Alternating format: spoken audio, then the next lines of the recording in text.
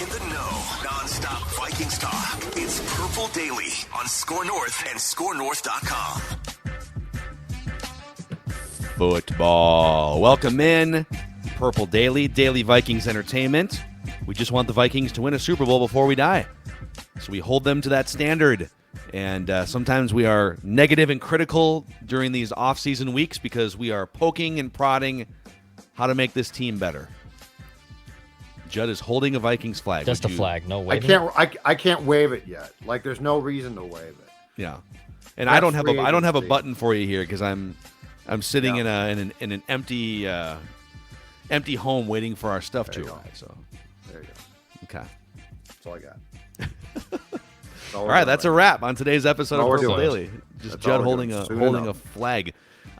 So we're gonna get into here on this episode a handful of now that the Super Bowl is over, a handful of the big internal decisions the Vikings have to make in the coming weeks. And we're going to kind of grade them on a scale of, will this be easy for them or will this be drama-filled for them? Because you got your plans made out on paper, I'm sure. But, if the player or the agent has a different thought about certain things, then things could go sideways. The show is presented, as always, by our friends over at TCL, now an official partner of the NFL and one of the world's best-selling consumer electronics brands. They have a new lineup of award-winning TVs delivering the most entertainment with stunning resolution, all at an affordable cost.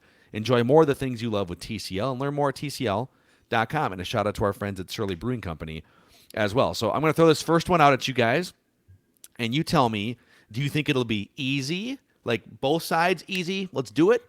Or do you think there will be drama on the horizon? A Justin Jefferson contract extension. Drama. I think there will be drama Wow. because I think the Jefferson camp is going to ask for one, as we've discussed, the highest non-quarterback contract in the league. I think that is going to include an ask of a ton of guaranteed money. And keep in mind, Kirk Cousins sort of has set a Viking precedent for, hey, you will guarantee my contract. I think that Jefferson's camp is going to ask for an unprecedented amount of guaranteed money, again, for a non-QB. I think the Vikings are probably have in their mind what they view as a very realistic big fat contract for Jefferson. Jefferson's going to want more than they offer. Ultimately, I think it gets done, but I think there is going to be some drama because contracts like this are often never simple. So I think it's going to cause drama. I think it gets done.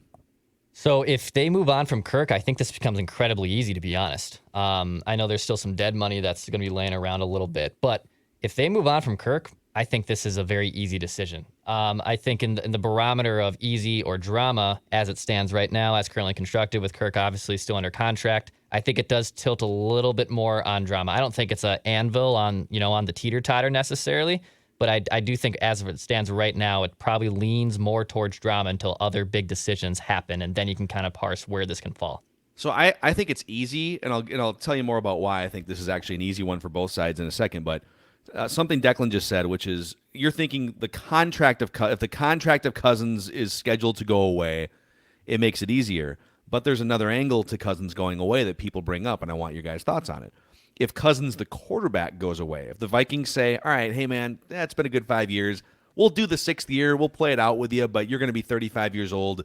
So whether it's one more year or whether you decide with that information that you'd like to be traded, we have reached the end of the Kirk Cousins era, and now we have entered shrug emoji era of Vikings quarterback because they don't have a plan right now.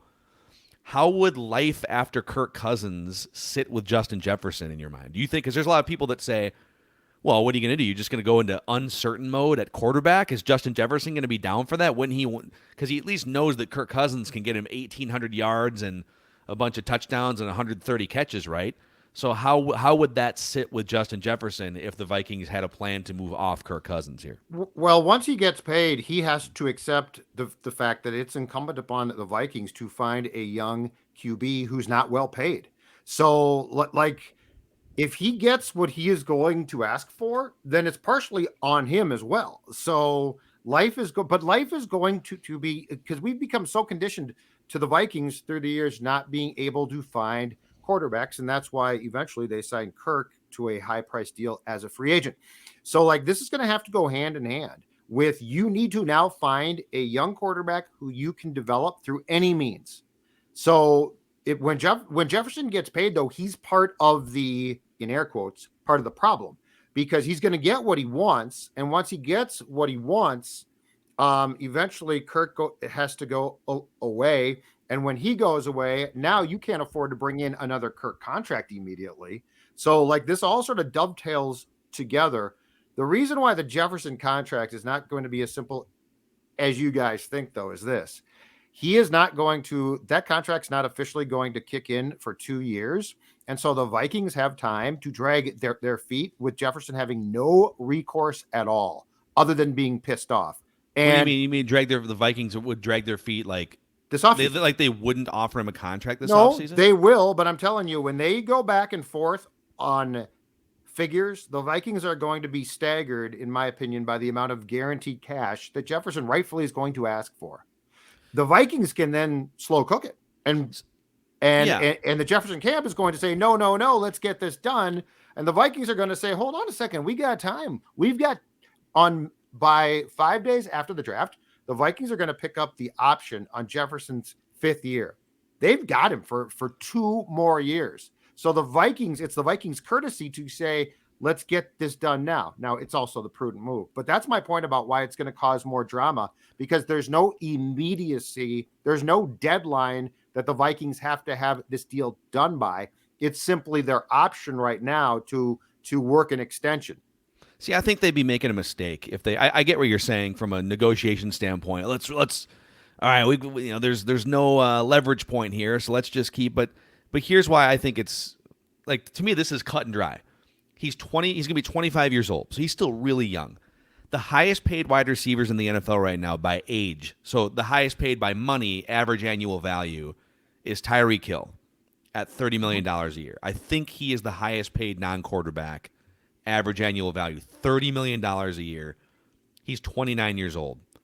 Devontae Adams, 31 years old. DeAndre Hopkins, 31. Cooper Kupp, 30. A.J. Brown, 26. Stephon Diggs is 30 now. Wow, life comes at you fast. DK Metcalf, 26. Deebo Samuel, 27. Terry McLaurin, 28. DJ Moore, 26. Keenan Allen, 31. I could keep going. He is the youngest wide receiver among the highest paid receivers who all make $20 or $30 million. He is the youngest by at least a year, basically a year and change, up to maybe 5 years. So you're guaranteeing him money through the course of his prime here. It's not like Tyreek Hill where you're thinking, oh, man, he's 28, but God, he's so good, right? Let's just swallow hard on the age 31, 32 seasons. You are not swallowing hard on this money if you're the Vikings. You can make him, you're not going to give him $40 million a year, but right now the bar is 30. $30 million a year, down to 28, 27, 26, 25, 24, 24, 23, 23. So I would easily pay him between $30 and $35 million a year, set a new watermark for non-quarterbacks, and I would do it completely guilt-free about his age, unlike some of these other contracts like Tyreek Hill, where it's like, I might be paying for 2 years of prime. I think he's going to go for more than that. That's just my opinion. More than 35? The rumblings are that when the Vikings see this, it's going to be staggering to them. So, I mean, to me, it's just like, I'd love it if it was simple. Don't get me wrong. And by the way, the guarantee, so Tyreek Hill, it was like a 5-year deal or 4 year. It's $72 million in guarantees. Yeah. You could easily offer Justin Jefferson, to me, without, injuries happen, but like there's no age issues, there's no behavioral issues, there's nothing. Mm-hmm. All right, so Tyreek Hill got $72 million in guarantees. Here's $100 million in guarantees. It's essentially a 3-year ironclad guaranteed contract for $33 million a year. All of it, again, guaranteed. You become the highest paid non-quarterback by multiple millions of dollars, and you'll be 28, 27, 28 years old after those 3 years are over, and then we can renegotiate, or you can become a free agent. So now if he wants to go 40, I don't know what ground he has to stand on, but unless he doesn't want to play here anymore because they got rid of Kirk Cousins or something. I mean, he in his mind, and he's not wrong on this, will never be in a better position than right now to basically demand a king's ransom. And the Vikings will say, okay, dude, that's fine, but we still have 2 years to play with here. And so that's where I'm thinking that there's going to be more of a breakdown than we expect. If it's simple, that's awesome. Mm-hmm. But the reality is Rob Brzezinski's not good at his job because he just gives up on negotiations. And the Jefferson camp is going to say, our leverage has never been better with the threat of Justin Jefferson after the 5th-year option potentially becoming a free agent. So when those two things collide, I'm just curious to see where it goes. And I will add, I guess, just because you're right, there's 2 years left on the rookie scale contract. He'll be 26 years old at the beginning of this deal. But I would still say, okay, from 26 through 28, you're going to get $100 million guaranteed and still be in your prime when those 3 years are over. So, all right, the next one here, is it going to be easy or drama-filled? Let's go with a Kirk Cousins contract extension. In my opinion, it should be easy because I probably wouldn't extend him.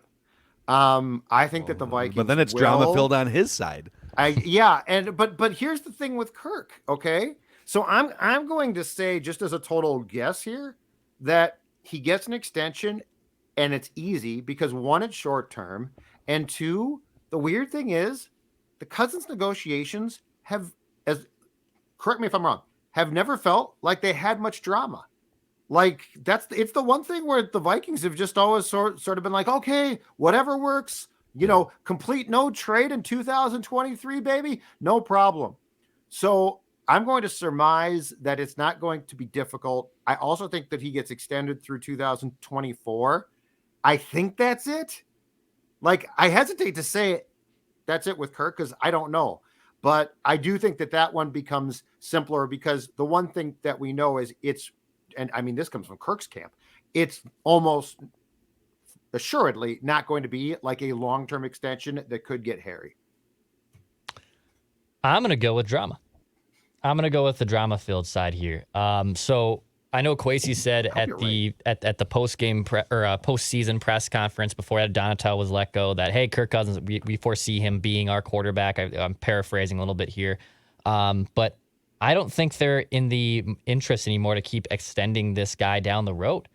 They have plenty of cap hits that are a problem. I think it's going to be more of a, hey, this is where we're going to be able to play ball with you. If we're going to go into this lame duck situation, and then if Kirk balks at that, then the ownership and the general management can kind of go back and say, all right, then if you're going to balk at it, do you want to pursue a trade? How would you like to go about this? And then all of a sudden, a whole different can of worms open with those tentacles. So for me, I'm going to go with drama. I think this is actually going to be a drama field. I don't think they can just keep saying, hey, 1-year extension. Judd's right that's been the poker play, and they've always just obliged to it. But I think at the end of the day, they're going to have to eventually say, we're not going to continue to play this game with you anymore. I agree. I think it's going to be drama filled, because here's what's going to happen. The Vikings are going to go and say, all right, so we need cap relief. We've got some veterans we're going to say goodbye to, but if we want to keep pushing this thing forward and building on a 13-win team, we only have 5 draft picks right now, only 1 in the top 95 picks. So we don't have a lot of resources to make the team better. Yes, Brian Flores is going to help. He's a great resource. We feel like just getting younger and faster, like the defense should be better. But Adam Thielen's aging out. Zadarius Smith was pretty bad the second half of the season. We still don't really know who's going to play center for you, Kirk. So we need to free up resources. Therefore, we'll do an extension, but it can't be in that $35 to $40 million range anymore. For us to really build this thing the way it needs to give you the best chance and this team the best chance in 2023, you need to go from a $35 million cap hit down to $15 million cap hit. We can still get you some extra cash through a signing bonus and some void years, but we need you to take a haircut on the base salary and on the bonus. You can't be one of the highest paid quarterbacks in the NFL anymore. And I think Vikings fans would, if you're reasonable, would say this is for the betterment of the team, to build a team around Kirk Cousins, similar to the one that existed when he signed here in 2018-19, right? What's he going to say to that? Because the Vikings aren't going to say, here's the bag again, let's do this. They're going to say, dude, we have cap problems, and we want you around. Is he going to say, you know what, you're right, we've made enough. My family and I, we've made over $200 million playing football. Generations of cousins, kids, and grandkids are going to be set up for life. At no point has he ever taken that approach in a negotiation. So he would have to change his whole ethos on how he views football, like less of a business, more of wanting to win big and keep the players around you. Or the Vikings would have to just give him the bag again for another year or two and deal with it later. And I don't think either one of those things is going to happen. So I think there's going to be some sneaky drama involved here. I think they'll extend him by a year, get the cap hit for 23 down, extend him into 24, and you'll have the same problems. We'll see. We'll see. I mean, he has basically been one of the best player negotiators I've seen as far as he has always gotten from these guys what he wants. Yeah. We'll see. I mean, that's the thing. Like last year they did that, right? Okay, let's reduce your cap hit for 2022, kick money into future years. And so they see it's a restructure. They made it sound like Kirk took a discount or something. Oh, he really didn't take a discount. They just put 2 void years on the end and shoved money into the future, right. Years in which he's not under contract, and he still wound up with the 3rd highest cap hit of any player in the NFL. Only Patrick Mahomes and Ryan Tannehill were higher. Well, the Chiefs just won a Super Bowl paying Patrick Mahomes. He's Patrick Mahomes. Well, you can trade Tyreek Hill and he gets better. What happens if you trade Justin Jefferson? Is Kirk going to get better? So these are things you have to figure out in the next few weeks. And by the way, we're still urging people to go to kirkcousins.org on behalf of the crazy Canadian Cousins Crusaders of Purple Daily. 8 fourth-quarter comebacks this year. The guy had a hell of a season in the 4th quarter, and maybe he is still the Vikings quarterback for years to come, but one thing is certain, we can bring everyone together, whether you were a Crusader or a hater, and pitch in a few bucks, $5, $50, whatever it is, at kirkcousins.org, and in the comment section there, just let them know that you're one of the crazy Canadian or crazy Cousins Crusaders of Purple Daily. I got one more for you guys here. There's more here, too. Maybe we can do like a part 2 later on this week. Okay. A Dalvin Cook. Let's just say Dalvin Cook's situation. Yep. Is it going to be easy or is it going to be drama-filled? It'll be simple. It's going to be simple. He'll be traded, released. Yeah, that one to me, there are things that will carry far more inherent drama. Thielen probably. Danielle Hunter might as well. And that's a tough one because you actually want to keep him. But I think Dalvin's just a clean cut. It's been fun. It's been fine. It's been fun. He was at his height a very productive player when healthy. But I think that one is incredibly simple. I saw Jason from Over the Cap tweet out today after the injury or the shoulder surgery. I always have trouble. Shoulder surgery. Shoulder surgery. Seven shouty shoulders out of my 7 of Sheldon's quarters. And Dalvin has a $2 million guaranteed base salary that will become guaranteed on March 17th. And he says even with that injury, that's still probably going to be very likely that guarantee hits on March 17th, given still with the surgery that took place on Tuesday. Yeah, I still think that this is going to be a little bit an easier situation for the Vikings. Whether they keep him, which I don't advise doing, but I think in general, I think this is going to be an easier decision for them to make. It should be easy. I mean, Dalvin has no say in it because it's not like a contract extension situation like the other two we talked about. Yep. Do the Vikings want to continue forward paying Dalvin Cook top money, like among the top 3 to 5 running backs? That's an easy decision for me. You can't be paying linebackers, running backs, safeties, like pour money into your premium positions, free up resources for younger players. Thank Dalvin on an amazing 6-year run or whatever it was with the Vikings, and I think if you can get something of trade value like a 4th round pick or a 5th round pick, I mean hell, PFF's mock draft simulator, some of these teams with like late 3rd round picks and they're desperate for running backs that goes through, so it should be easy. I think if you're the Vikings, you just sort of respectfully tip your cap to Dalvin and you say thank you so much. We'll see you maybe for a Ring of Honor celebration sometime down the road. Yeah, maybe I actually think if you were to rank them, I think the probably likely severing of ties with Thielen and Kendricks is more difficult from an organizational viewpoint. Like just saying goodbye to a human Yes. and a player. Yeah, Yes, I agree with that. because Kendricks has they done love a lot in Dalvin the too, but community. yeah. And Thielen's going to be probably unnecessarily messy. I think Cook's a pretty He's making simple it one. messy. Thielen's the one Right, making it but I'm messy. saying like, dude, that's like your unnecessarily messy. wife on Instagram and stuff. Well, now like, he's God. like trying to say, I want a chance to be a big part of a team. So like, it's like, I might return, but there's parameters of what I'm expecting then. And it's like, Yeah. no, dude, you don't get to call that. This is pro sports. Yeah. So I think, you know what? I think Cook gets cut, goes and signs elsewhere. And just, he's the type of guy to me that carries on with life. And you don't say, there's Dalvin Cook in a Dolphins jersey. Man, that looks weird. I think It would look great. He'd look great in a Dolphins jersey. Yeah, but I mean, I just think he's the type of guy who could bounce around now to 3 teams eventually, and it wouldn't be awkward. The Thielen thing will be awkward. It'll be like Chris Carter in a Dolphins jersey. You'll be like, what's that? Do you remember how fat he got? Well, he was gained broadcasting for 6 months, and I know, and he like came back and he had gained a bunch of weight. I felt bad for him. Yeah. He looks great now. I saw a couple pictures. He's in great shape now. Yeah, he's very lean now. So, all right, there's more where that came from. Maybe we can do a couple more of these later this week or next week. Things that the Vikings are facing here in the next few weeks. So now that the Super Bowl is over, this is where things will start to. All right, contracts have to be decided on. The combine is coming up. Trade discussions. Aaron Rodgers comes out of the darkness at some point here in a couple days. Is that tomorrow? And that'll trigger some activity. I think Thursday is his 4th and last day in the darkness.